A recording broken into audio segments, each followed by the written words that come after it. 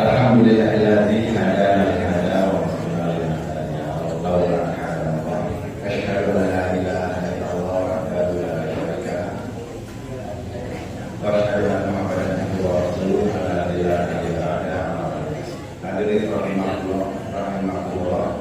Alhamdulillah sudah biasa belum dari tempat di negeri majlis Binaraga melaksanakan sekali keadaan kalau subhanahu wa ta'ala. Alhamdulillah dina hadir nyata angkat hidup kurang merasakan dari hanya terserah anti info alhamdulillah manfaat saya di bagian kurang saya. Hadirin rahimahullah, maka orang saya ingat pada kami lima tadarus di negeri. Bukitna kalau Ustaz mengajarkan.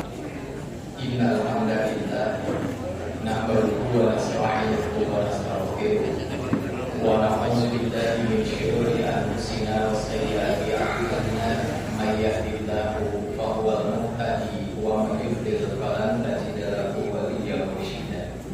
Asyhadu an la ilaha illallah wa anna Muhammadan abduhu wa rasuluh amma ba'du.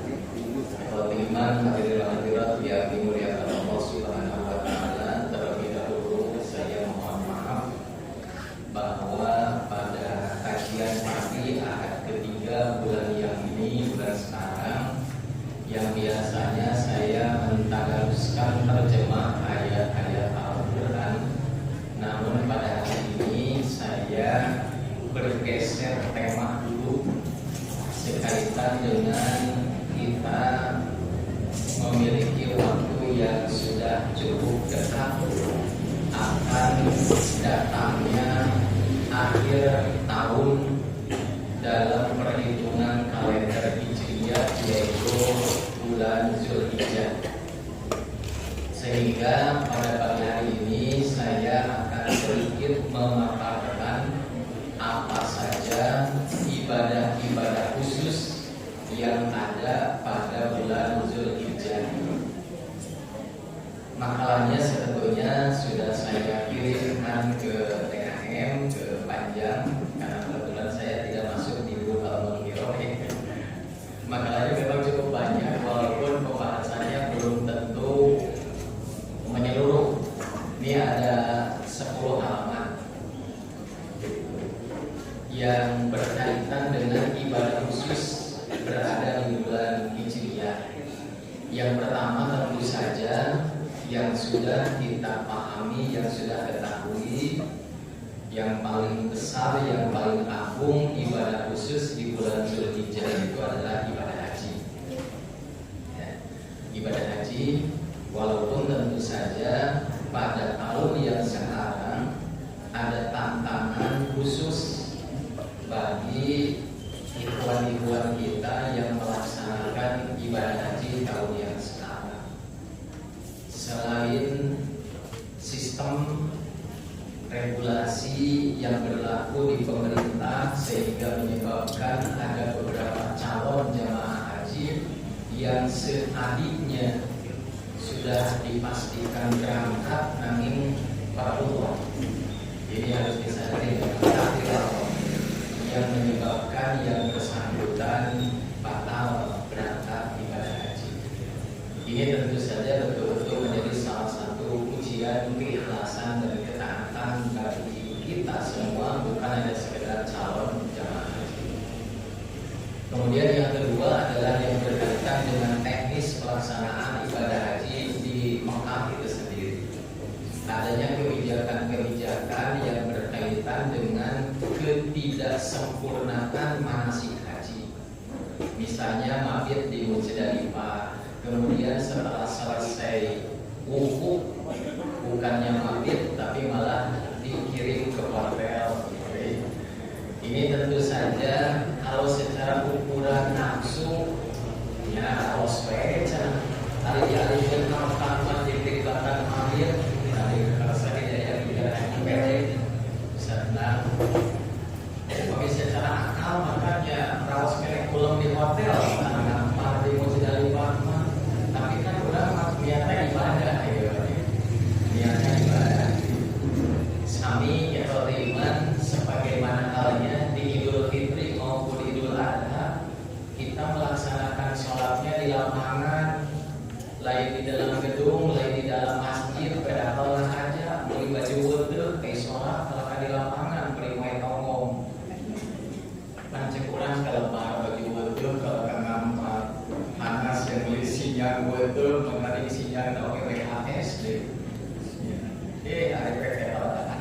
di lapangan, ya cek akal genah di masjid.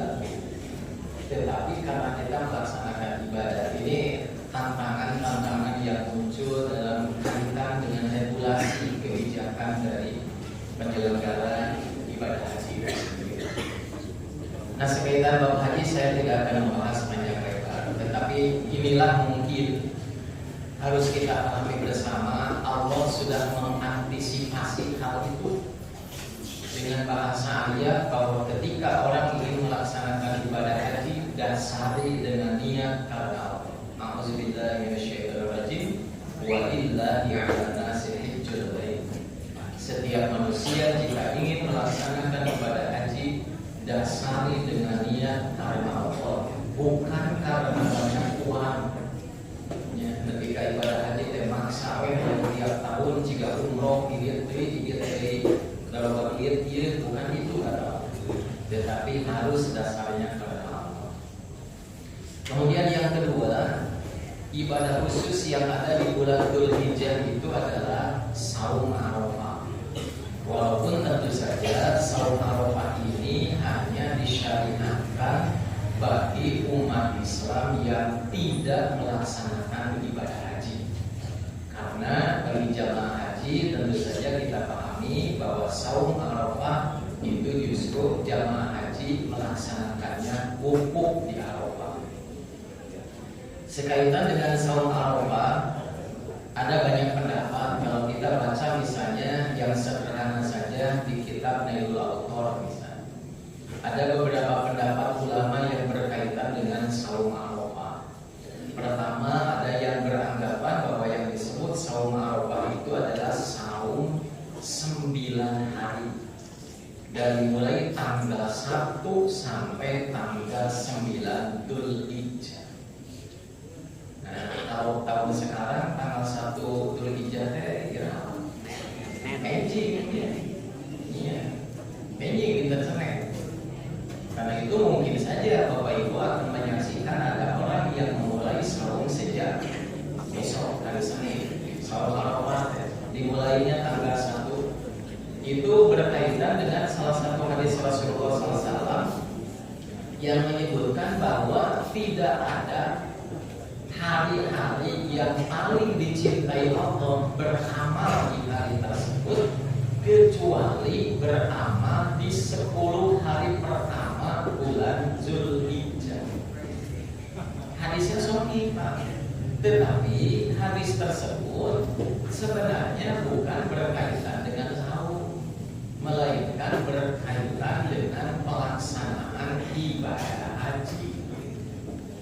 Jadi sejak awal pelaksanaan ibadah haji, terutama di 10 hari bulan Dzulhijjah itu adalah merupakan amalan-amalan yang paling disukai Allah. Itu. Tetapi karena memang redaksi hadisnya tidak spesifik, seolah-olah berlaku untuk semua amal. Namun kita ingat ada kaidah usul fikih, ya, bahwa jika ada dalil yang mutlak memang berlaku mutlak. Al-itlaqu yaqau al-itlaqi. Tetapi ternyata hadis mutlak ini ada muqayyadnya. Ya, yaitu yang tadi salah satunya bahwa yang tidak melaksanakan ibadah haji ada saum Arafah, tapi yang melaksanakan ibadah haji tidak ada saum Arafah. Di hadis yang tadi pokoknya 10 hari pertama pada ibadah haji begitu. Maka definisi kaidah usul fikihnya menyebutkan yuhmalul mutlaq al-muqayyad. Jika ada hadis mutlak, ada juga yang muqayyad, maka yang diamalkan bukan hadis mutlak, tetapi yang diamalkan adalah hadis muqayyad, hadis yang betul-betul spesifik berbicara. Ini banyak sebetulnya. Dengan sholat saja, ya, dalil-dalil di bab sholat saja harus kita pahami bahwa dalil yang berbicara tentang kaifiyah tata cara sholat itu secara garis besar, ya kalau iman sekalian, ada beberapa kelompok secara garis besar. Ada panduan sholat untuk sholat sendirian, ada panduan sholat untuk sholat berjamaah 2 orang, ada panduan sholat untuk berjamaah lebih dari 2 orang, dan ada panduan sholat untuk berjamaah jika makmumnya laki-laki dan perempuan. Dan ada sholat berjamaah yang panduannya khusus untuk berjamaah ibu-ibu unggul. Nah, itu dalilnya terbiasa pacar kokon, terbiasa diako untuk semua persoalan tidak. Ya. Misalnya dalil yang secara umum berbicara la sholata liman lam yaqra bi Fatihatil Kitab. Tidak sah sholat bagi orang yang tidak membaca Fatihah. Ini berlakunya untuk panduan sholat yang mana? Tidak sah sholat bagi orang yang tidak membaca Fatihah itu untuk sholat yang mana? Ya, ternyata ini adalah khusus untuk berbicara ketika orang sholat sendirian atau sholat berjamaah yang bacaan imamnya tidak terdengar. Tetapi ketika sholat berjamaah yang bacaan imamnya terdengar, ternyata dalil yang dipakainya adalah idza quri'al Qur'an fastami'u lahu wa ansitu la'allakum turhamun. Bacaan imam yang terdengar itu menyebabkan makmum punya kewajiban fastami'u wa ansitu. Tidak lagi membaca Fatihah karena kewajibannya bukan membaca tapi mendengarkan. Itu salah satu contohnya bahwa panduan ibadah itu kita harus memahami duduknya di mana gitu. Ya, maqasidus syariahnya seperti apa. Nah, saum Arafah pun seperti itu. Ya, saum Arafah itu ternyata dalam prakteknya sebagaimana yang ditegaskan oleh Imam Asy-Syaukani dalam Nailul Autar, bahasa saumu yaumi Arafah, saum hari Arafah, ya dulu ala anna sauma yaumun wahidun wa laisa biyaumaini. Jangankan 9 hari, 2 hari pun tidak, karena bahasa saum Arafah menunjukkan bahwa saum itu hanya dilaksanakan 1 hari saja. Ya, melalui Bapak Ibu terkadang nyawitan di enjing, tapi enjing Bapak Ibu kenging saum, upami biarna saum Senin Kamis. Tapi ngajar romana di Senin ada saum saudara Senin Kamis mana. Tetapi jangan berniat memulai saum Arafah, karena saum Arafah bukan mulai dari tanggal 1 Dzulhijjah, tapi dilaksanakan hanya pada tanggal 9 Dzulhijjah, hari di mana juga jamaah haji melaksanakan wukuf. Ya, bahkan kan secara syariat kewajiban wukuf bagi jamaah haji saja tidak 1 hari, karena syariatnya dilaksanakan mulai zuhur sampai sebelum maghrib, mulai zuhur sampai sebelum maghrib. Makanya Rasulullah ketika sebelum zuhur, Rasulullah tidak langsung ke lokasi wukuf, melainkan Rasul dengan para sahabat mengajak berkumpul dulu di Masjid Namirah.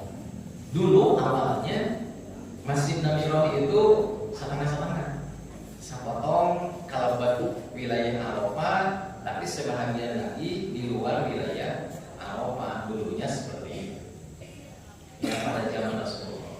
Dulu Rasulullah begitu datang ke Masjid Namirah, di sana beliau sholat duhur dijamak dengan asar, kemudian Rasulullah khutbah Arafah di sana untuk menandakan memulainya wukuf gitu. Nah, teman sekalian, itu prakteknya ya.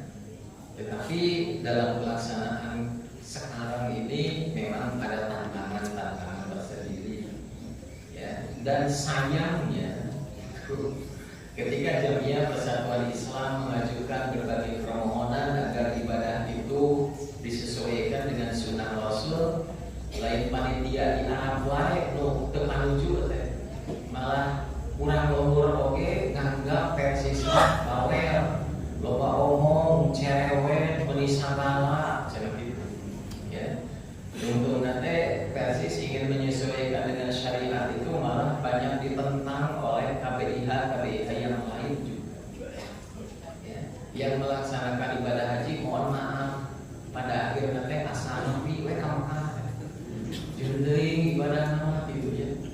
Cek sing kuring oge nepi ka aya tetangga sing kuring mah palawardi beres ibadah haji teh dengan sukarianya bercerita, abdi mah cenah capek tawaf teh geuning pas sakak-sakak sakuring ge geus. Kayaknya saya ngobrolkeun gitu.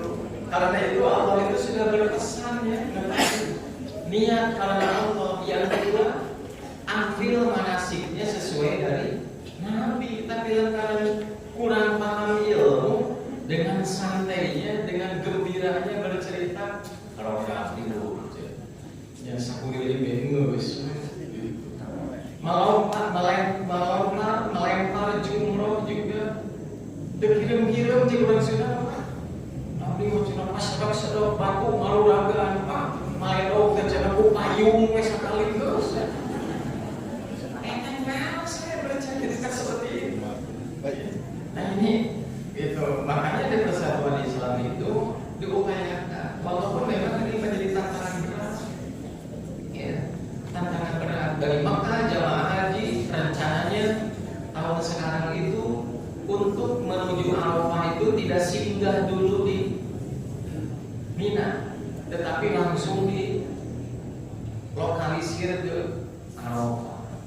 Ini banyak persoalan jalan sekarang ini. Tetapi yang lainnya saya kenai gitu. Tidak mempersoalkan, tidak memasalahkan, padahal bahasa dari Allah sudah jelas kudu anni manasikaku. Ya, harus seperti itu. Nah, saum Arafah juga sama. Ya, ada juga yang beranggapan saum Arafah itu cukup 2 hari saja, tanggal 8 dan tanggal 9. Tapi sekali lagi, sebagaimana disebutkan dalam bahasa hadis, itu adalah saum Arafah yang dipertegas oleh Nalil Autor bahwa dengan kalimat saum Arafah tersebut menunjukkan bahwa pelaksanaan saumnya hanya 1 hari dan hukumnya memang sunnah. Hukumnya sunnah, tapi para ulama memandang termasuk sunnah muakkad. Ya. Pahalanya sudah seringlah diwakili dengan saum Arafah. Kemudian yang ketiga, saum ibadah yang khusus ada di bulan Arafah itu adalah salat Idul Adha. Salat Idul Adha yang hukumnya sunat, ya. Dan salat Idul Adha ini statusnya sama dengan Idul Fitri, merupakan hari yang oleh Allah disyariatkan untuk mengganti hari besar yang ada di zaman jahiliyah. Dalam hadis yang diriwayatkan oleh Imam Abu Dawud dari Anas bin Malik, Anas berkata, qadima Rasulullah sallallahu alaihi wasallam al-Madinah. Ketika Rasulullah datang ke Madinah untuk berhijrah, walakum yaumani yal'abuna fi. Orang Madinah itu sudah memiliki hari raya, hari perayaan. Ada 2 hari perayaan yang berlaku di kalangan orang Madinah sejak zaman jahiliyah, yang karena itu adalah hari perayaan, mereka berpesta di 2 hari tersebut. Mereka berpesta di 2 hari tersebut. Faqala ma hadzanil yaumani. Rasulullah bertanya kepada orang Madinah, ini kenapa hari ini kamu mengadakan pesta, mengadakan permainan, perlombaan dan sebagainya? Qalu, kata mereka, kunna nal'abu fihi ma fil jahiliyah. Kami merayakan 2 hari ini sejak zaman jahiliyah. Itu kata mereka. Faqala Rasulullah, maka Rasulullah bersabda, innallaha qad abdalakum bihima khairan minhum. Allah telah mengganti 2 perayaan tersebut dengan 2 perayaan yang lebih baik. Mengapa disebut lebih baik? Karena ini disyariatkan oleh Allah. Ya. Ini lebih baik kenapa? Disyariatkan oleh Allah. Kita ingat di dalam Al-Quran surah Al-Bayyinah, Allah menyatakan alaihissallahu bi'ahkamil hakimin. Bukankah Allah itu memberi kebijakan yang terbaik? Berarti ketika kita melaksanakan syariat Allah, apapun bentuknya, itu adalah merupakan kegiatan yang terbaik. Itu. dimaksud oleh Rasulullah 2 hari yang terbaik pengganti perayaan jahiliyah itu Yaumal Adha wa Yaumal Fitri, yaitu Idul Adha dan Idul Fitri. Gitu ya. Nah, kemudian ikhwati iman rahimakumullah, bahwa sebagai penyambutan terhadap hari yang sangat dimuliakan, hari perayaan, maka Rasulullah menganjurkan untuk melaksanakan sholat Idul Fitri maupun Idul Adha itu adalah kita diawali dengan mandi dulu. Ya, walaupun hukum mandinya berbeda dengan mandi Jumat, ya. Apalagi dengan mandi junub, tetapi tata caranya sama. Ini sebagaimana yang dinyatakan dalam hadis yang diriwayatkan oleh Imam Ahmad, Imam Ibnu Majah. Saya baca di kitab Nailul Autor jilid 1 halaman 297 dari Al-Fatih bin Sa'ad. Ia berkata, anna Nabiyya sallallahu alaihi wasallam kana yaghtasilu yaumal Jumu'ah. Rasulullah itu biasa mandi pada hari Jumat. Nah, karena tiba-tiba adalah salah tafsirnya. Nukieu teh namina hadis fi'liyah. Masa disebut naon ya dia mah sumodor.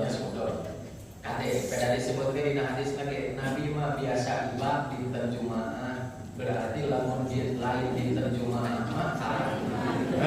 Gitu kan Nabi mah biasa ibadnya dinten Jumaah. Dari waktu iman ke nurutan Nabi mah mandi dinten Jumaah yang belah. Ini hadis fi'li ya. Kemudian dalam ilmu fikih ikhwati iman, apa yang terjadi yang disebut sunnah itu kan garis besar sunnah itu ada 3 ya. Ada sunnah fi'liyah, ada sunnah qauliyah, dan ada sunnah takririyah. Nah ini statusnya berbeda ikhwati iman. Ya. Kalau sunnah fi'liyah tidak ada yang namanya tanakud. Sunnah fi'liyah apabila pekerjaan Nabi tidak ada istilah tanakut. Tanakut itu berbenturan, berbentrokan, tidak ada. Karena itu jika ikhwati iman menemukan di dalam berbagai hadis ada berbagai bentuk perbuatan Nabi, bukan berarti perbedaan tersebut adalah pertentangan atau tanakut, tidak. Melainkan perbuatan Nabi jika berbeda-beda itu disebutnya adalah ikhtiyari, pilihan. Ya, pilihan. Jadi bukan bertentangan kalau perbuatan. Ciri sunnah fi'liyah jika perbuatan Nabi seperti hadis ini, karena berarti itu perbuatan. Ya. Ternyata para sahabat melihat Nabi melakukan mandi pada hari Jumat. Ini perbuatan, makanya saya tadi katakan ulah sumodor. Oh berarti mandi Nabi mah terang mandi baru Jumat. Iya mah para sahabat mah melihat Nabi melakukan mandi pada hari Jumat. Wa yauma Arafah. Nah, para sahabat juga melihat Nabi mandi pada hari Arafah. Wa yaumal fitri, dan pada hari Idul Fitri. Wa yauman nahri, dan pada hari Idul Adha. Makanya para ulama berpendapat bahwa ada spesifik keutamaan mandi di hari-hari tersebut, begitu. Ya. Keutamaan mandi di hari tersebut. Ulah panginten bahasa logika nama hari Rebo mandi hari Jumat itu lain gitu, justru Jumat kudu diusahakeun mandi. Untuk melaksanakan sholat Idul Fitri Idul Adha usahakeun mandi. Ya. Untuk jamaah haji sebelum pergi ke Arafah usahakan mandi, begitu. Ya. Ini artinya menunjukkan lebih daripada yang biasa dikerjakan. Gitu. Makanya di sini Imam Asy-Syaukani pun menyebutkan bahwa hadis ini menunjukkan dianjurkan mandi, ya, pada hari tersebut, terutama karena kita berbicaranya sholat Id adalah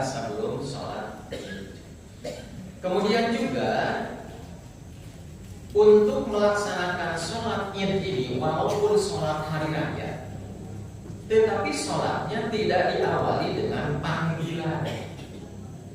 Berbeda dengan sholat wajib. Kalau sholat wajib ada panggilan, yaitu adzan. Rasul mengatakan jika otoritas sholat kalau wajib lakum ahadukum. Jika datang waktu sholat, kudu aya adzan. Jika datang waktu sholat, aya adzan. Alhamdulillah kita sekarang sudah banyak masjid-masjid dan melaksanakan itu. Nah, tetapi untuk melaksanakan sholat id tidak ada panggilan apapun. Ya. Untuk sholat gerhana ada kan panggilan sholatnya, as-sholatu jami'ah. Itu ada panggilannya. Tapi untuk hari raya tidak ada. Kumaha cara lamun panitia sok gabolowokan kalau lagi mangga nu masih di jalan sholat id bade dikawitan 20 menit deui. Kumaha nu kitu? Pani juga langsung ada panggilan. Pasang begitu? Pasangnya panggilan aja tadi.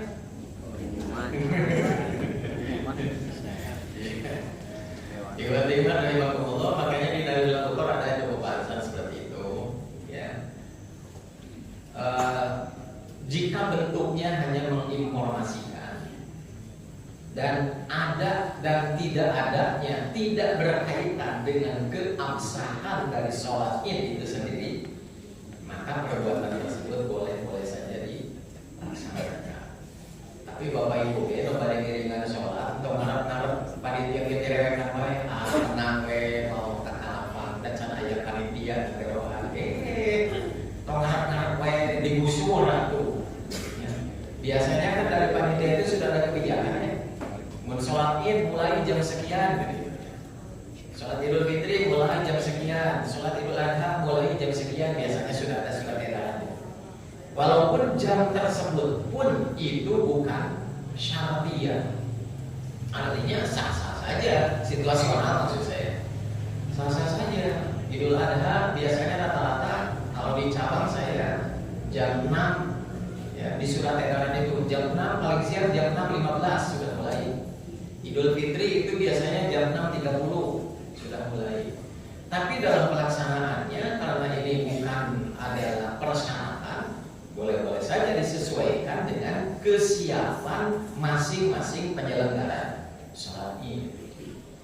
Jadi umpamanya tema dari jamiah sudah menginformasikan sholat Idul Adha dimulai jam 6.15. Tapi jamaah itu masih kene murdu can siap di lapangan, ya ulah PK Cina masbuk gitu mah. Dari surat teh jam 15 jenteuing eta mah kaberangan we Cina masbuk. Tong atuh paantosan we heula. Ya. Nah, itulah fungsinya untuk penertiban. Fungsinya penertiban. Makanya biasanya panitia suka menginformasikan 10 menit lagi sholat akan dimulai. Bapak Ibu nu pada giring sholat tenang we 10 menit deui. Tenang we 5 menit deui, tempo masbuk kamar we bujur. Kumaha abdi masbuk? Tapi kasok aya akan masbuk lantaran era rek nambahan tungtungna melu sholat teh kasokan. Kan jadi terlain gitu. Ya, bae da sholat sunat ieu kenapa begitu? Ya. Sholat sunat pun kalau masbuknya tambahan, Pak. Hukum sholatna sunat sote dan jumlah rakaat sama wajib 2. Tapi bisa dong sholat sunat jadi sapotong. Biasa sama ya. Itu hukum sholatnya sunat, maca Fatihah nama wajib. Itu. Nah, henteu bujur dan terang mabuk masbuk rek ditambahan isin ya, makanya datangnya lebih awal. Itu sholat Idul Adha dilaksanakan 2 rakaat yaumul id pas sholat rakaataini lam yusolli qoblahuma wala ba'dahuma. Selain tidak ada panggilan di dalam sholat id yang 2 rakaat itu, juga tidak ada sholat pendampingnya. Tidak ada sebelum sholat id qoblah dulu ataupun ba'da dulu. Jadi sholatnya itu adalah mandiri, hanya 2 rakaat saja. Kemudian juga sholat id tersebut setelah selesai disambung dengan khutbah. Sebagaimana dalam hadis yang diriwayatkan oleh Muttafaq alaih dari Abu Sa'id, saya membaca di kitab Subul Salam jilid 2 halaman 67. Kata Abu Sa'id, karena Rasulullah SAW yakhruju yaumal fitri wal adha. Rasulullah melaksanakan keluar untuk melaksanakan Idul Fitri, sholat Idul Fitri maupun Idul Adha, ilal musholla, keluar. Ya, kenapa disebutnya keluar? Sahabat Rasulullah biasanya di jauh masjid. Sholat Rasulullah biasanya di jauh masjid.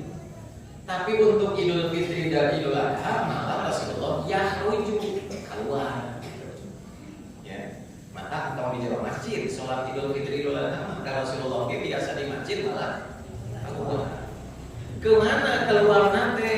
Kayak kemana arah bu? Ada ya, kemana cina? Pada kali itu ada ke masjid. Oh menuju ke mana?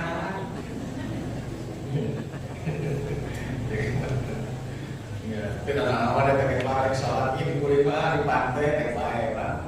Yang namanya ibu banget petang tarik di koma. Keluarnya kemana? Ilal musholla, ke musholla. Wa awwalu syai'in yabda'u bihi, dan yang pertama dikerjakan dalam rangkaian Idul Fitri maupun Idul Adha adalah as-sholat. Sholat dulu yang 2 rakaat tadi.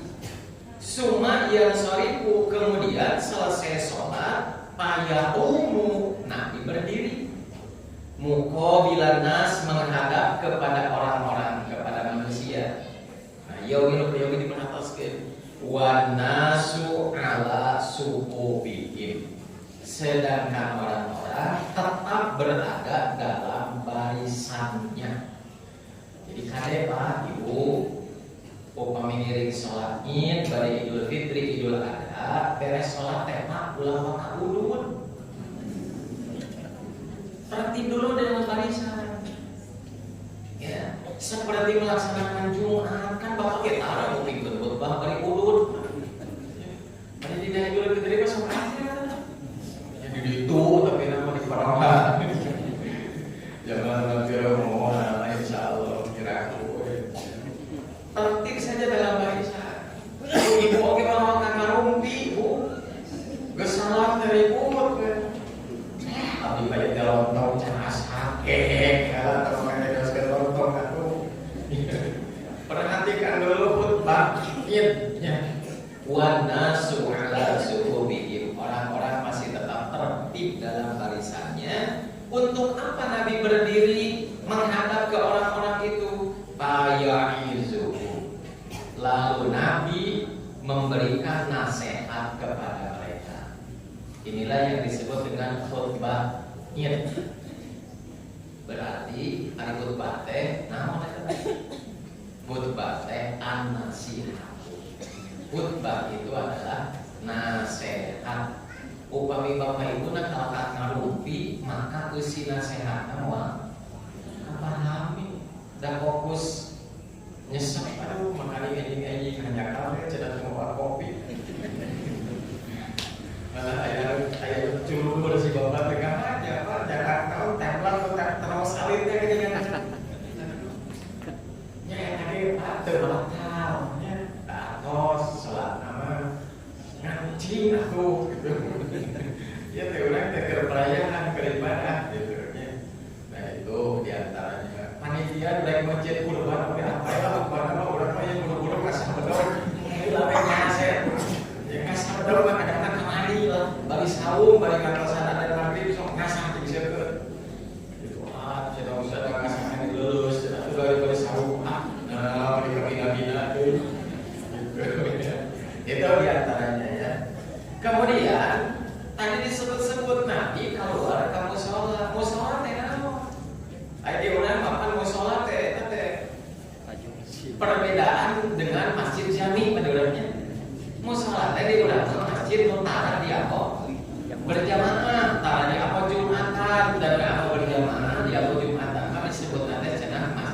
As-San'ani. Makanya Imam Asy-Syaukani Imam As-San'ani dalam Subul Salam menjelaskan. Ya, dalam Subul Salam jilid 2 halaman 65, al-musalla mawdi'un bi babil madinati asyarqi. Yang disebut musalla itu adalah sebuah lapangan yang berada di luar kota Madinah sebelah timur. Itu udah disebut musalla. Jadi lain tajuk letih ya teh.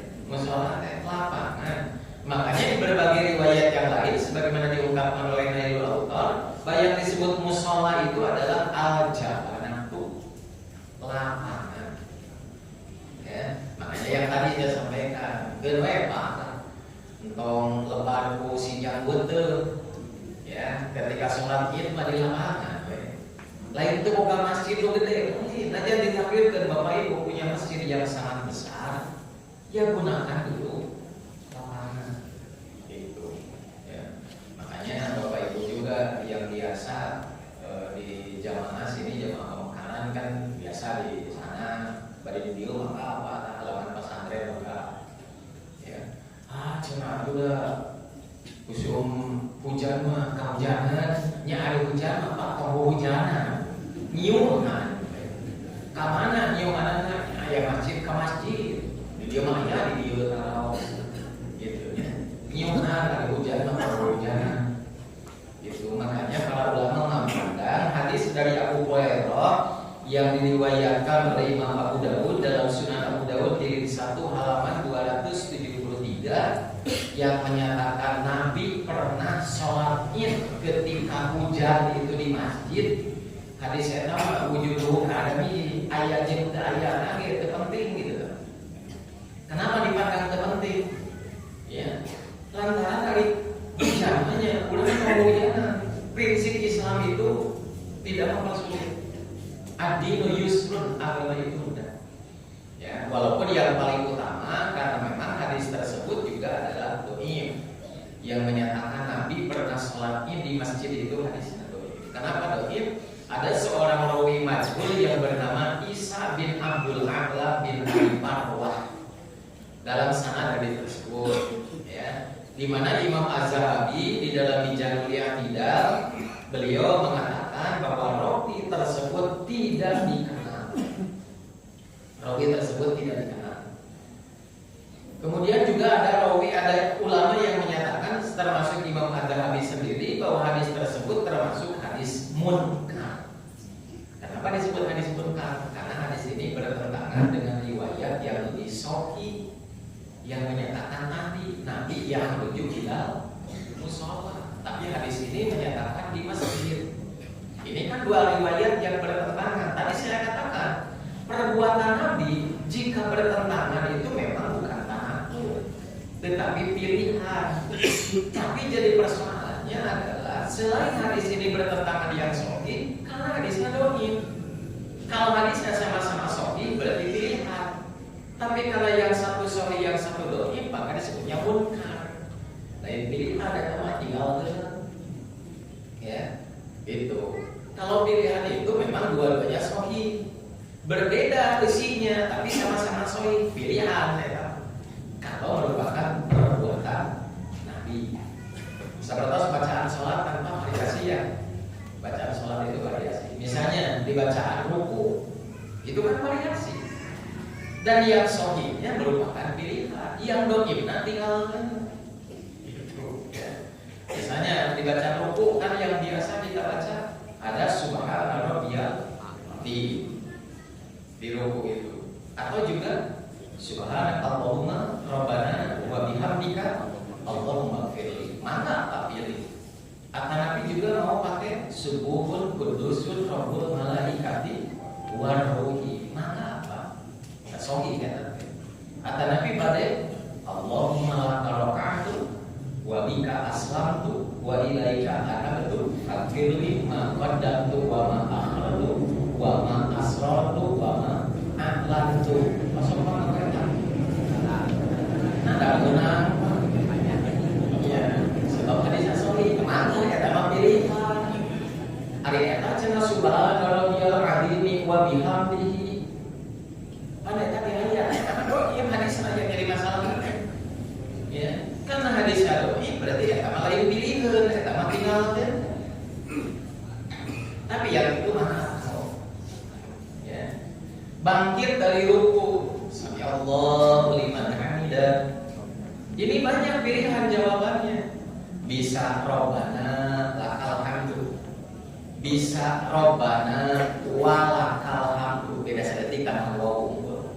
Bisa Allahumma Robbana walakal hamdu, bisa Allahumma Robbana walakal hamdu mil as-samawati wa mil al-ardi wa mil ma syi'ta min sayyin ba'du akhlas sana'i wal majdi ahaqqu ma qala abdu wa kulluna laka abdun Allahumma la mani'a lima a'taita wa la mu'tiya wa la yanfa'u dzal jaddi min al jadi pasokan wae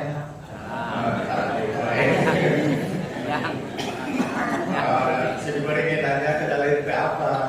Dalam pagar itu apa lain sudah dan lo atas hakeun berdiri gitu. Ya lain sakede berarti itu baca ayat. Tapi bisa ya pokok ya sami Allahu liman hamidah Rabbana lakal hamdu hamdan katsiran thayyiban mubarakan fi. Eta ge mah gitu. Sampai dalam hadis disebutkan ayat sahabat bangkit dari ruku teh baca eta hamdan katsiran thayyiban mubarakan fi. Selesai sholat Rasul langsung bertanya, "Sampeyan cenah baca eta?" Kudu geus puasa kabar. Ya Rasulullah, cek Rasulullah, aku melihat malaikat berlomba-lomba mencatat kebaikan kamu itu. Oh gitu. Maka sih diberikan sering dipakai leta. Kenapa sering dipakai leta? Itu apa kono kita mah. Kalau membaca biar as-samawati can habis imam kalau sujud. Masakan kono pre kebaik jadinya. Iya, menyesuaikannya ulah ditinggal penting kabeh itu Pak pilih salah satu walaupun ini sedikit saya menyimpang. Walaupun kan pekerjaan ruku juga ini antara imam dan makmum sholat sendirian berbeda. Kalau sholat sendirian, ketika bangkit, sami Allahu liman hamidah. Setelah berdiri, Rabbana lakal hamdu. Nutadilah hamdan katsiran thayyiban mubarakan. Mudah-mudahan sholatnya sorangan. Kalau jadi imam sama, sami Allahu liman hamidah. Rabbana walakal hamdu hamdan katsiran thayyiban mubarakan fi. Tapi lamun jadi makmum cek Rasulullah fala taqulu sami Allahu liman hamidah. Jadi imam jadi makmum teu meunang ngucapkeun sami Allahu liman hamidah. Nah ieu pedoman salat teh beda berdiri sendirian yang berjamaah. Anu jadi makmum yang kita ucapkan itu adalah Rabbana. Kapan kita mengucapkan Rabbana lakal hamdu? Ketika bangkit. Punten. Jadi kan tepat upami imam bangkit itu mengatakan sami Allahu liman hamidah. Setelah berdiri Rabbana lakal hamdu. Makmum bukan, justru dari sini Rabbana walakal. Ini dipertegas dengan hadis kata Rasulullah bahwa ucapan sami Allahu liman hamidah itu jika kebetulan diucapkannya berbarengan dengan ucapan malaikat, maka Allah akan mengampuni dosa. Supaya ucapan urang bareng dengan malaikat minimal urang bareng dengan imam. Makanya imam geus ngadeg baru mengatakan Rabbana lakal hamdu. Kita bangkit sebab bangkit ulang kan ulang barengan imam. Dakwaan imam Cina bangkit dulu, itulah sebabnya di Jamiah Kesatuan Islam sudah dimunculkan kebijakan di setiap masjid itu harus ada imam rawatib. Ulah saha imam teh. Dan imam itu adalah al-imamu yang bil iqamati. Imam itu yang berhak menentukan kapan mulai qomat. Lah dia magis qomat meangan imam. Imam minta qomat. jadi komat bulan karetnya kan imam tiga beres komat imam salah benar. Itu di dalam pedoman pengelolaan masjid sudah ditetapkan. Kan kadang-kadang masjid kecil kadang-kadang itu kan ya biasa aja tadi sabar ya boleh kita oke tapi diatur oleh TKM. Ya. Misalnya kita seperti di sini sholat duhur saya minta kepada TKM minta izin udah kali santri kadang-kadang di orang imaman tamu pelatihan tetapi saya pun kan minta izin dulu kepada DKM karena DKM lah yang paling berhak menjadi imam. Kenapa harus seperti itu? Supaya dipahami bagaimana kaifiyah mengimami. Sebab tata cara pekerjaan sholat ada banyak pilihan. Ya, ada banyak pilihan. Jika tadi dina takbir, kan pelaksanaan takbiratul ihram itu ada 3 pilihan. Dan makmum harus paham kebiasaan yang dipakai imam yang mana. Dari 3 pilihan itu boleh 3-3. Boleh melaksanakannya itu bacaan dulu. Allahu Akbar. Ada ngangkat dulu acan. Benar. Ya. Atau sebaliknya, angkat dengan dulu. Disilakan Allahu Akbar. Mana? Ya. Atau yang paling masyhur mengangkat tangan berbarengan dengan bacaan takbir. Allahu Akbar. Bisi lantaran imam teh maca takbir lah ngangkat leungeun acan makmum asa karana aku. Imam cina. Kan bae geus beres Allahu Akbar mana we. Gitu.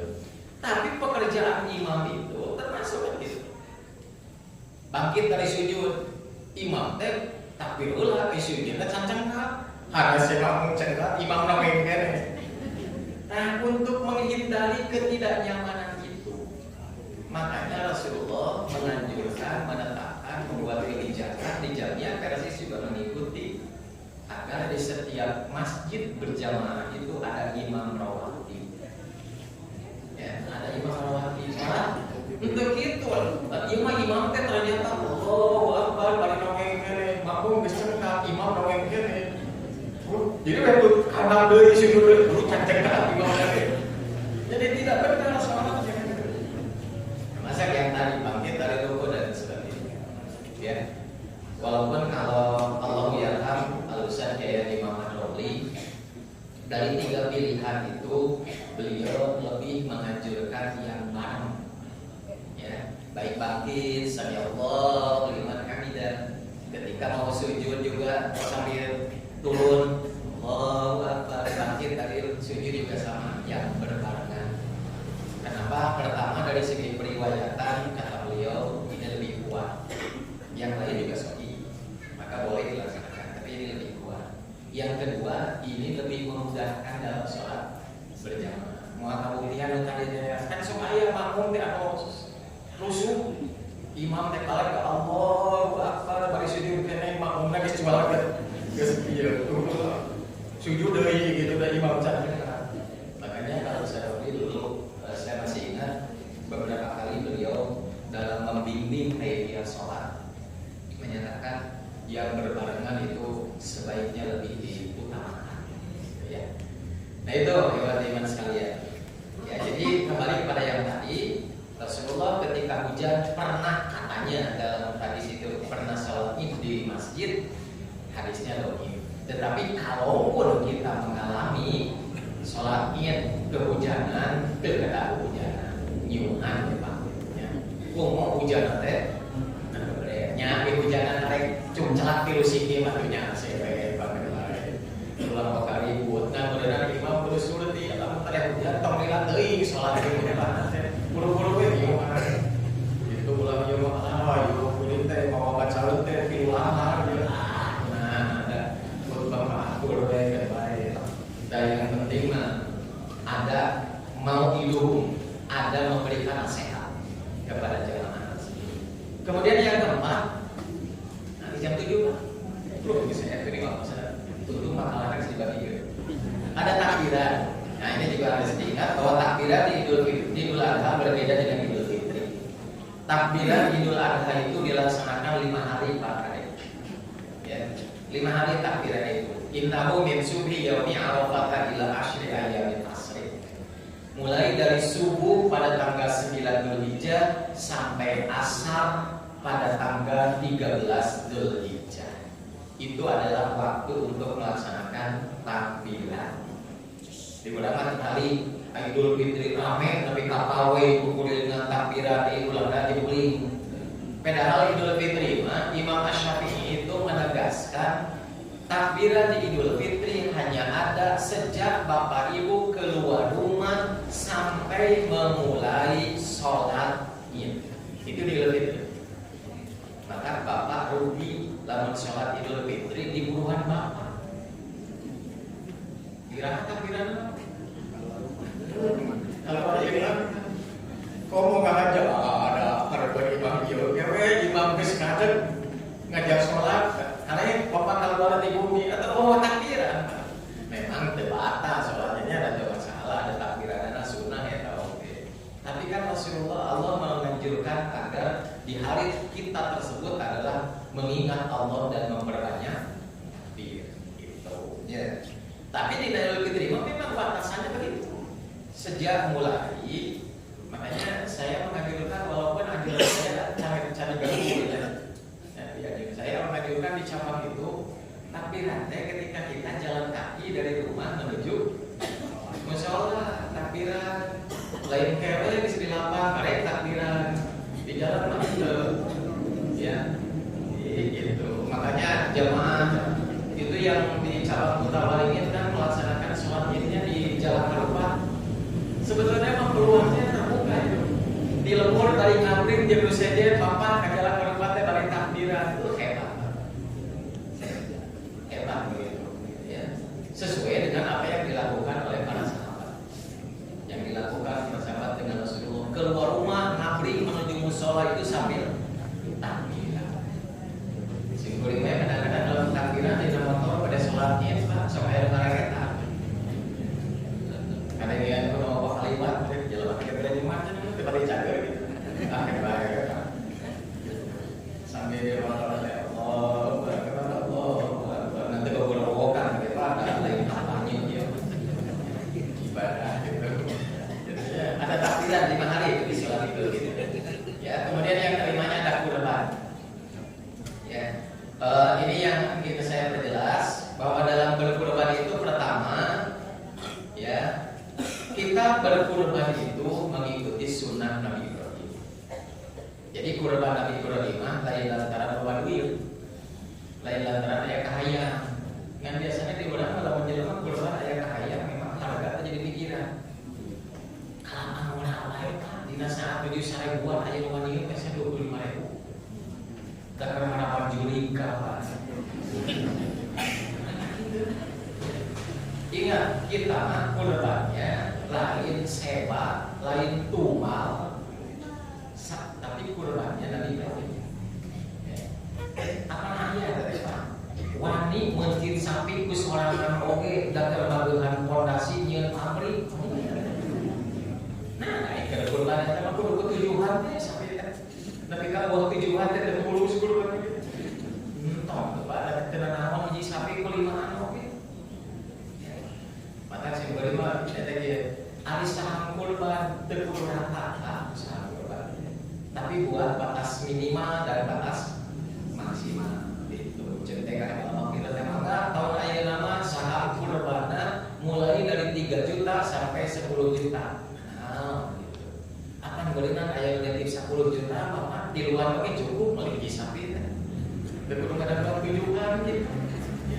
Nah, ayo mah hiji sapi teh kutiluan gitu. Dasar 10 juta. Iya, tadi ke masyarakat tanggal 2 juta, ada kayak obatan deh bingung boleh sampai dari mana. Kalau saya beranggapan boleh Pak dalam saham kurban itu tidak harus sama. Ya, karena nggak harus ada batas minimal. Ulang, abdi memang ada 1 juta, cing ya, bisa bilang mendoa segede kumar. Saya meyakini karena dalam ibadah kurban itu bukan dihitung harganya, tetapi yang ditetapkan adalah hewannya dan umurnya. Kan tidak ada ketetapan harga di agama. Tapi hanya ada jenis hewan dan umur. Hewannya adalah unta, sapi termasuk muli, kemudian atau kambing, domba atau kambing. Itu kan itu bidangnya. Harganya juga jadi masalah. Tapi ditetapkan umurnya, latar baku ilah musimatan. Terus yang sudah cukup umur itu unta 5 tahun masuk 6, sapi 2 tahun masuk 3, domba 1 tahun. Itu musiman namanya.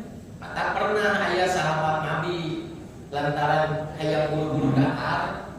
Apa Nabi mah antara tuang heula dalam sholat itu nanti we makannya setelah selesai sholat, setelah selesai menyembelih kurban. Maka ayah bencit ngarah balik sholat tiap ngerekan dan terus mencipta. Tapi Rasulullah disebutkan orang yang menyembelih sebelum sholat mah eta lain kurban tapi 1 lampir. Ukur domba, daging domba, dahareun lain kurban. Atau ngacu adalah Rasul tadi di masjidna kumaha atuh mah adi teu gaduh deui cenah. Aya oge cadangan. Cek Rasulullah teh ganti we ari hayang kurban ku cadangan ngan baturna teu meunang. Berarti dalam situasinya Rasulullah hanya menghargai orang itu. Pekerjaannya salah tapi semangatnya dihargai, makanya yang lain tidak diizinkan. Makanya Rasul mengatakan la musibah gitu. Ya, harga nama jika pambela Pak menuju usung kurban kuroma hargana akut. Tah, kurban meulina di masa mana? Ya, maka saham kurban sapi pun tidak harus sama. Kayak papanin juga bingung Pak. Cara ngabagikeun ieu teh bapak teh kurban ada dalam daging. Allah sudah menjawab di dalam Al-Quran, la yanallahu al-luhumuha wala dima'u, ada itu daging apa? Malahan saya yang kurang setuju itu adalah ada panitia yang merubah harga saham. Alinya saham sarua itu 4 juta. Berarti 7 teh sabaraha? 28 juta. Tapi beli sapi harga 35. Eta duitnya di mana duitnya? Nyapan ieu cenah harga sapina 22 juta. Ayeuna jadi ngaleutikan ku saha? Nya cenah kada aya sapi nu gede. Lamun aya sapi nu gede tong 4 juta sahamna 10 juta. Kalau sahamnya rata Pak, usahakan beli sapi yang harganya sama. Nanti keluar dagingnya tidak sama persis, Allah sudah menjawab. La yanallahu al-luhumuha wala dima'u. Karena dagang sapi teh kitu, tiap piro ya 4 sapieun, saham 4 juta, menta kalau dagang sapi. Saya minta sapi harga 28 juta, 4 ekor. Tapi hayang bugal deui. Gitu. Ayo meuli mah bebas, menta hayang bugal deui. Pada sebenarnya seperti itu, harus saja anu ieu nah, harga saya pilihan kalau tidak unggul. Atau saja tidak tahu gitu, oke rugi atau apa cek Pak, iya harganya segitu. Ya jangan bayar, namanya kalau ada aplikasi sana, sebenarnya kita bisa harga 30, jadi usah beli. Ya udah oke lah, kita orang di luar pulang lebih ke kadang-kadang. Cina ke mana? No harga 28, nggak mungkin aja mulut di udah makanya bisa uang. Itu sih bagaimana caranya? Harganya sama, tapi kan sahamnya sama. Beli sapi kan harganya sama. Kayak keluar daging nah, lu dia mau boleh sakintal 30, nih mas sakintal 34, dia mau boleh sakintal 58. Nah, jadi masalah dari yang daging. Beli sapi 30. Ya, dan mungkin Pak lima harganya sama, mana dia mau boleh sakintal 20, mas sakintal 30, tak mungkin. Lu dagangnya kan begitu. Ya, kalau harganya sama, perbedaannya paling hanya kurang dari 10 kilo. Allah dan sudah menjawab. Dan mari kali itu berarti Dumai bapak jadi beli sapi 35 juta kalau orang 2 kintal kalau biji mah kalau orang 1 kintal. Ayam sawah itu kan jadi yang jadi masalahnya adalah perpindahan harganya itu siapa, uang siapa yang bapak pakai. Karena setiap kurban itu dititipkan 4 juta. Nah, lalu ini menjadi satu. Tetapi dengan sistem yang tadi kita minta kerudahan harganya yang sama. Gitu. Itu ibu iman sekalian. Saya MOU dengan pedagang sapi, di mana PC Kutawaringin tahun sekarang itu punya MOU dengan pedagang sapi dengan persyaratan itu. Satu, umurnya harus lebih dari 2 tahun. Yang kedua, harus sehat. Yang ketiga, sahamnya dari 3,5 juta sampai 5 juta. Itu sahamnya. Saya tinggal tawarkan ke jamaah, siapa yang mau saham 3,5 juta?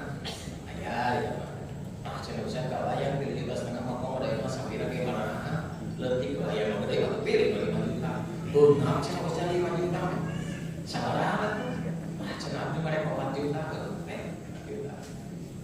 Nah, kita bisa pakai bunga, kita kan harus pakai bunga nama. Udah kulimat terus sapi. Saya mah begitu, gitu ya. Kenapa? Kita jadi panitia. Jadi panitia itu harus paham syariat. Ya. Paham syariat kan harus begitu. Nanti kalau mengangkat Ali bin Abi Thalib jadi panitia, maka Rasulullah memberikan pedoman syariat. Pedoman syariatnya apa? Yang pertama, atas sodako ilhumita. Kurang kurban teh niat rek sodako kiragi sakit. Oke, atas sodako bijulu disodakokan kulitnya. Maka kade bapak menjadi panitia kurban, ulang wani-wani ngadagakeun kulit kurban. Dan bapak mah panitia. Karena Rasulullah melarang, tidak boleh daging kurban, kulit kurban dijual. Tidak boleh. Bicara sok dijual, boleh dijual, tapi harus ada perpindahan kepemilikan.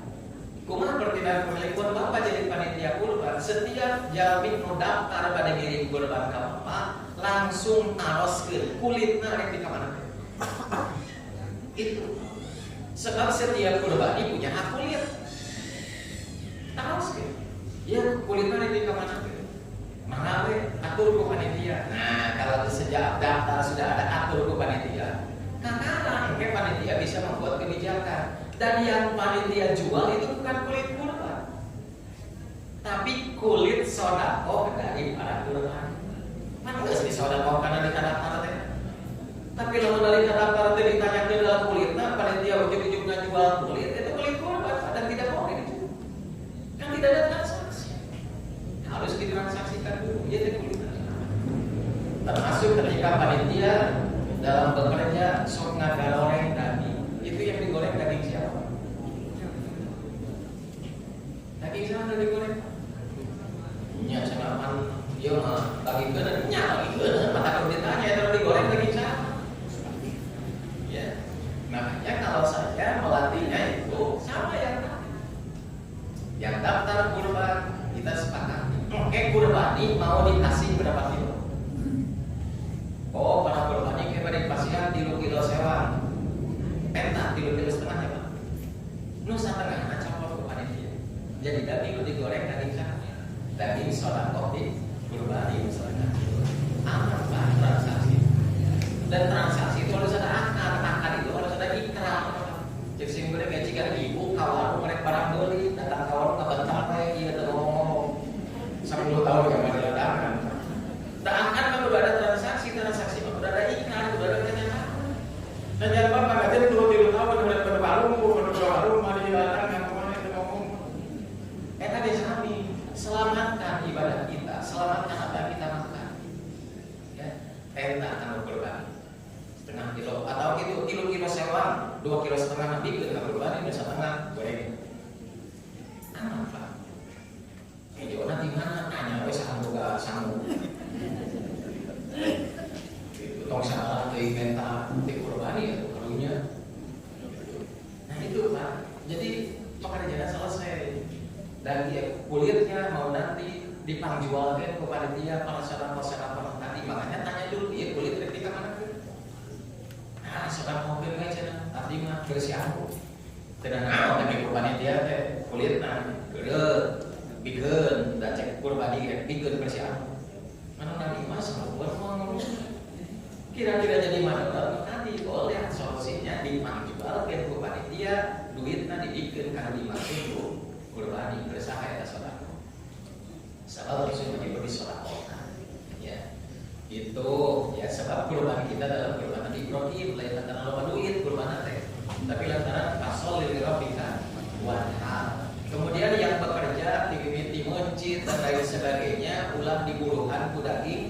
kurban. Lain teu menang digara daging kurban mereka. Ulah diburuhan ku daging kurban. Aya digarana mah pasihan atuh Pak. Nu teu digawe we dibere kok digawe. Tapi bukan, makanya Asy-Syaukani menjelaskan yang tidak boleh itu i'ta'u lahmil kurban. Ala wajhil ujrah. Nu digarawe di pasihan daging kurban bari diniatkan diakadan sebagai buruhan gawe eta bener. Sari kita di nomor simpulin. Beres digarawe teh cek sasampuna teh eta cenah bawa sabuku sewa. Itu buruhan eta anu beunang teh. Ya. Tapi kalau yang bekerja selesai bekerja di buruhan dua kali seksual dia bawa ayo bisi kulawarga can narima daging kurban teh dan sapu-sapu ke pasihan silakan. Apa nu teu digawe oge rek dibere, kok mau digawe. Ya. Tapi pertama yang tadi jangan daging kurban itu diakarkan jadi buruhan gawe. Kumaha lamun buruhanna lain daging kurban mah nu digawe dibere biasa sakalung sewa. Halus. Da cek ali dina toli ke kunna nu atihi min indina buruhan teh ku ambi we ku buruhan di buruhan lain ku daging kurban mantap. Jadi boleh panitia kalau mau seperti itu ya minta kepada para kurbani tambahan untuk diajak upah nu digawe dan si kuring mah berharap nu digarawe tong yang di buruhan aya di badan mah ya sesuai ngan sesepuhna kada paham ulah nepika nu gawe teu kabagian daging kurban ya harus dikasih tapi bukan sebagai upah tapi sebagai hak memakan. Semua orang dalam peristiwa kurban itu berhak makan daging kurban boro-boro umat Islam panjelma kafir ge menang dibere daging kurban. Itu ya. Itu diantaranya beberapa hal yang berkaitan dengan ibadah di bulan Dzulhijjah. Ya teman kita ya cara tamasan tapi santri nya sakawit nama si kuring bade nyimulkeun pantosan ka seperti mas sekalian tanggal 21 Juni itu akan ada haflah impian di Mualimin di dieu saos-saos kegiatanana sampai dengan aya kreasi seni di Madura kali oge aya pengajian umum ya pengajian umum anu bade dileungkan ku Ustaz Haji Irfan Firmansyah MPD ya langsung di pagi Pak Imam ada UMM-nya Pak Imam teh UMM lagi barang bisa kelahiran 80-an tapi seringkali sebab dari Pak insyaallah waktasna dina Hafim 20 hiji dinten Ahad dulu ya baik kita ada dulu mana basic program ini terpilih pada diri gurukeun jadi basic kulit maka ngaosna ngari karena siang tahu salapan kita ajilan aya waktasna tahu salapan. Oke aya bazar. Nah kamu berbagi kegiatan tersebut mewakili santri dalam perencanaan anggaran dan sebagainya. Pada dimengerti dalam saking bagaimana pilih aya anu pada ngabantos tinggal ada proposal saya pokoknya gitu ya dimengerti bantusan gitu ya. Sekali dapat dikirim bukan sampai baru tak cina di alatnya dari masa tidak ada tanggung jawab gitu ya.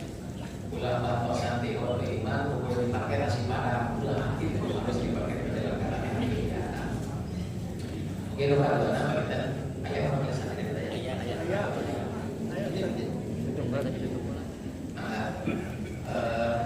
Nokan dua paniten mualingin al-ma'al oke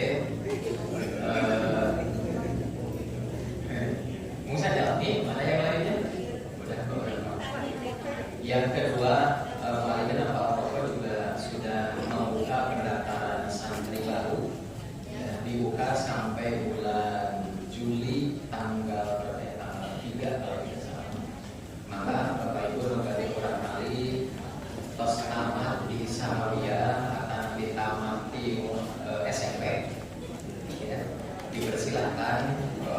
bagi yang berminat untuk daftar di Muallim dari SMP pun kami persilahkan saja karena kami berkeyakinan diajarkan daya waras, diajarkan daya waras. Kebetulan kemarin juga Simkuring kehadiran wisuda anak di UNIPI, Universitas Persatuan Islam. Itu ternyata banyak pihak sih sebetulnya yang berharap pendidikan Persis itu bisa konsisten. Ya. Kemarin di analisisnya harapan dari Rektor Universitas Persis, Profesor Jajang Rohmana. Beliau juga berharap bahwa santri-santri di Persis ulah ukur bisa agama, tapi tidak bisa teknologi. Ulah ukur pintar teknologi, tapi tidak bisa agama. Tapi bersanding, ya pintar teknologinya, pintar agama. Pernyataan yang sama oke didudukin Bu Haji Khairuddin Amin, anggota DPR RI fraksi 10, komisi 10. Karena besar memang Anjena oke alumni pesantren Persis, alumni Persis. Ya, Anjena berharap gitu. Perlu ada kekuatan yang sangat tinggi dalam penguasaan agama dan juga teknologi. Harapan yang sama oke didugikan ku Biro Esra Provinsi Jawa Barat, Pak Andri Kawe. Ya, dengan banyak humornya beliau menyampaikan, tapi macam kami tahu Persis enak, jangan ku agama, tapi kade ulah ketika tinggal penguasaan ilmu dan teknologi. Profesor Atif juga dengan orasi ilmiahnya sama, jangan ada dari Profesor Atif pada orang dalam gitu ya, wakil ketua umum, walaupun pada saat tersebut beliau kapasitas sebagai wakil Menteri Pendidikan Dasar dan Menengah. Beliau juga berharap bahwa generasi Persis itu mau tidak mau bakal apa ngaruhan kuning. Ya, dari nama kan sudah naik naik, apanya? AI. Ini kurang sudah pakai sekolah di Pagelan, naik AI, apa? Kecerdasan buatan, ya, intelijensi, artifisial. Ya, tapi tiba-tiba ternyata Profesor Habibie Allah ya kalau berbicara secanggih apapun teknologi, sebetulnya teknologi yang paling canggih adalah otak kita. Sampai Profesor Atif juga menyampaikan ada sebuah perguruan tinggi di Eropa yang mengatakan survei.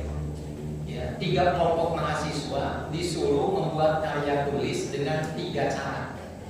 Yang satu murni menggunakan AI, yang satu lagi campuran, dan yang satu lagi murni hasil otak. Ternyata hasilnya membuktikan bahwa karya yang paling terbaik dan paling memenuhi syarat ilmiah itu adalah karya otak, lain karya dina AI. Memang AI mah pinter. Mau bapak kasih kulit harus sekali di masalah si kulit macam tak banyak.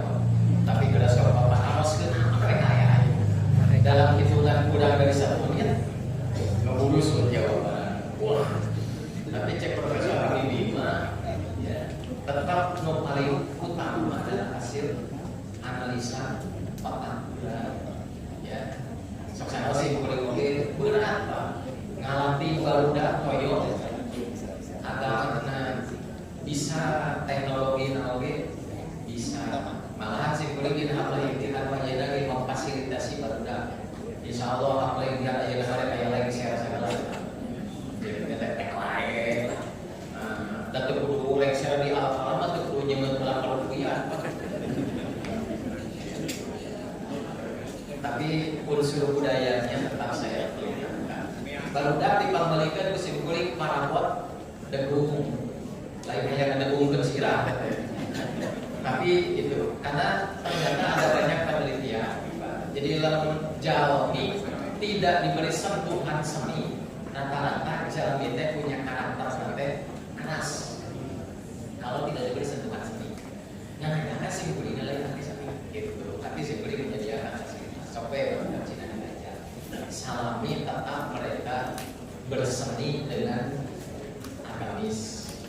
Islami. Muslim dipersilakan. Mereka yang lagi share berarti ada bukan. Marawatnya disediakan dan sebagainya. Eta paminta insya Allah kemarin dilaksanakan di KPI 20 hiji.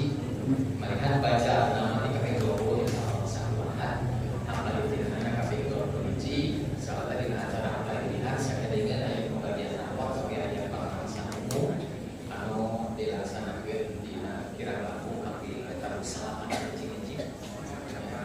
Mulainya syarifan firmansa. Kita datang minta informasi tambahan turun karena saya Bapak Ibu sadaya mudah-mudahan kita saudara penjajah Bapak Ibu apakah tahu dalam sana sebagai mudah-mudahan kegunaan sadaya tetap diberkahi Allah pasti istiqomah. Aku lebih kata astagfirullah wa atubu assalamualaikum warahmatullahi wabarakatuh. Alhamdulillah, alhamdulillah sudah kajian kita ini yang biasanya kita terus kayak Al-Quran dan hari ini bisa memprioritaskan ibadah di bulan Zulhijjah karena mungkin besok kita sudah jatuh kepada bulan Haji. Jadi ibu bapak-bapak yang akan melaksanakan ibadah tahun bulan besok dengan niat saum Senin dan Kamis boleh, jangan niatnya saum Arafah. Sehubungan dengan tadi ada bulan depan hari ketiga adanya imtihan di Al-Falah, ada kajian setelah kajian kita hari ini setelah maka ada saya aturkan kepada bapak-bapak ibu-ibu kita akan libur atau terus melaksanakan kajian enggak karena waktunya dekat. Setelah selesai ini dilanjutkan ke bareng-bareng kajian anu di saya bikin Al-Falah, nanti kita jalan seperti biasa. Maka panitia bersedia libur atau lanjut? Maka jawabannya bagaimana, kita libur aja atau enggak? Ini kan oke. Insya Allah hari kedua hari ketiga di bulan depan kita sementara libur kajian. Tiga hari